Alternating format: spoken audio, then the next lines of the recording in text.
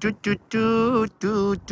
गाइजहरू यार के हो यार यस्तो मलाई हेर न यार कहाँ त्यही सिङ्गल सिङ्गल हेरेर दाइ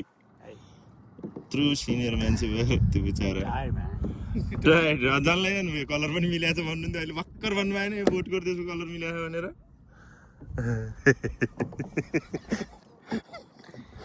ओइ दाइ के छ ओ हो होइन गर्लफ्रेन्डसँग आउँछु भन्नुहुन्थ्यो किन मैले मलाई पनि मिसाउनु होला नि त दाइ भने होइन तिम्रो पैसा मात्र तिर्दिन्छु गएर सट्टीमा कुरो सब भइसक्यो क्या हाम्रो त जिन्दगीवाला कृष्ण किन ठुस्या भनेर आज कस्तो गर्छ के भन्नु के भन्नु मलाई त केही बाल लाग्दैन भने मैले नि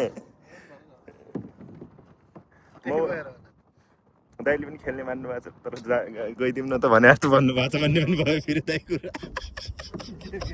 दाइले पनि खेल्ने मान्नु भएको छ तर गइदिउँ न त भन्नुहुन्छ भने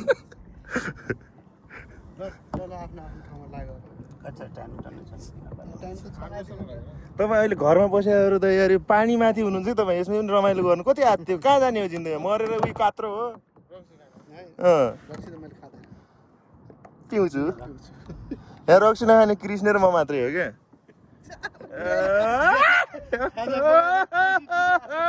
नबोल धेरै हो यस्तो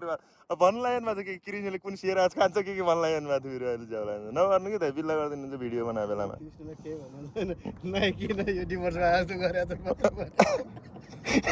त्यही भन्नुहुन्थ्यो ब्रेकअप भए जस्तो गरेको छ नि यसले भन्नुहुन्थ्यो के बार तेरो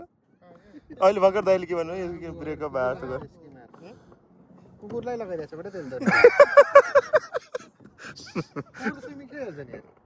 त्यो कुकुरले पनि त भित्र बोली तिनीहरू इङ्ग्लिस बोल्छ क्या कुकुर र कुकुरै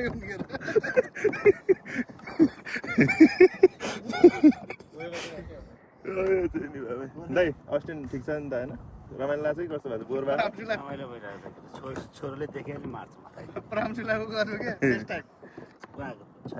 र परामर्शको लागि केही भनिदिनु न त मैले यो भिडियो अपलोड गरिदिन्छु क्या भरे छोरो आइमिस्यो मेरो मुटु भन्नु न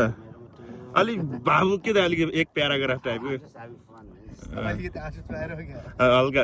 टोपी लगाए बेलामा अलि आँसु चुहाएर नसुहाउने रहेछ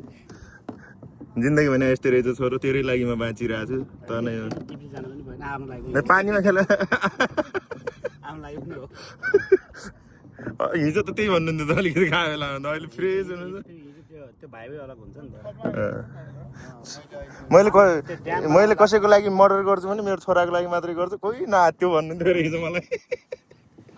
हो कि भन्नुभएको होइन शङ्कर त नाच्यो त मेरो भाइ होस् मैले मर्डर यदि गरेँ भने छोराको लागि मात्रै गर्छु भन्नुभएको होइन अहिले मैले पनि त्यही फेरि गाइज विचार अनि होइन एउटा हेड सट एउटा मुट्टुमा हुन्छ फेरि के छ विचार तेरो बिहा नगरेर नगर्दा त गाह्रो हुन्छ नि त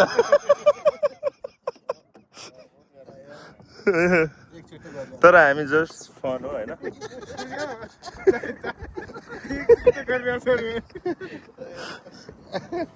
कपिल अङ्कल उयो मिस हेर अघि फोन गर्छ थियो मैले त बिर्सेँ टिकटक लाइभ बसेर डिस्टर्ब गर्छ हुन्छ अङ्कल फेरि भ्युजहरूमा यताउता हुन्छ नि त अङ्कल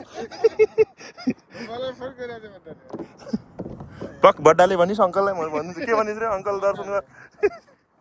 अङ्कल कहाँ होइन्छ नि त अहिले सादा तुमसँग भेट गर्न नगर्नु तिम्रो आए पनि मेरो अन्त काम छ ल अङ्कल यस्तो गोप्य हुनु भएन है